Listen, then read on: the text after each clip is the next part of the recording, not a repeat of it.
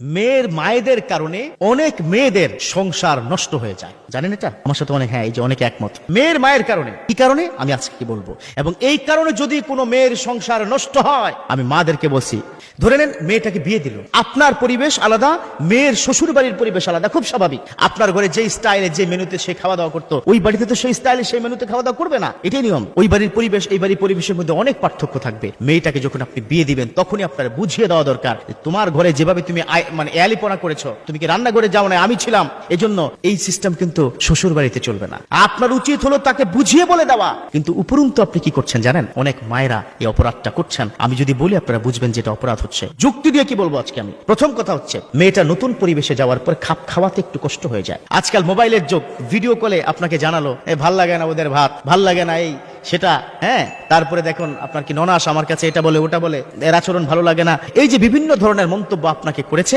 আপনি মেয়েটাকে বললেন কি, শোনো, কাউরে ছাড় দিও না।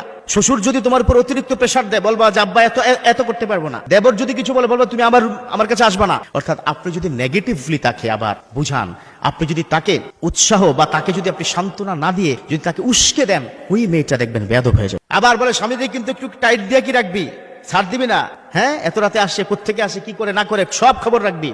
এই ধরনের কথা, উস্কানিমূলক কথার কারণে আপনি নিজের হাতে মেয়েটাকে বেয়াদব করছেন।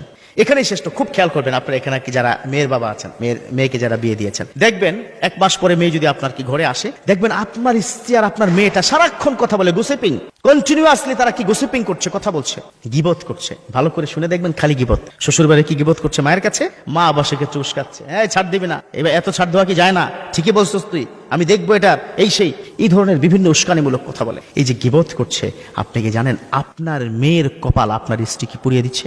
আপনার স্ত্রীর কারণে, অর্থাৎ মায়ের কারণে মেয়েটার জীবন শেষ হয়ে যাচ্ছে। এই মেয়েটা আবার কি করবে, শ্বশুর বাড়িতে যান, গিয়ে ওই যে মা যে কান পড়া দিয়েছে, মা যে তাকে উস্কানি দিয়েছে, ওই মায়ের মতো করে সে চলবে। শাশুড়ির সাথে বেয়াদবি, শ্বশুরের সাথে বেয়াদবি, দেবর, ননদ, ননস, তাদের সাথে খারাপ আচরণ, এটা করতে করতে একটা লেভেলে স্বামীর সাথেও কিন্তু খারাপ সম্পর্ক তৈরি হয়ে যায়, ঝগড়া শুরু হয়ে যায়, ঝগড়ার একটা পর্যায়ে, চূড়ান্ত পর্যায়ে হয়ে যায় তালাক।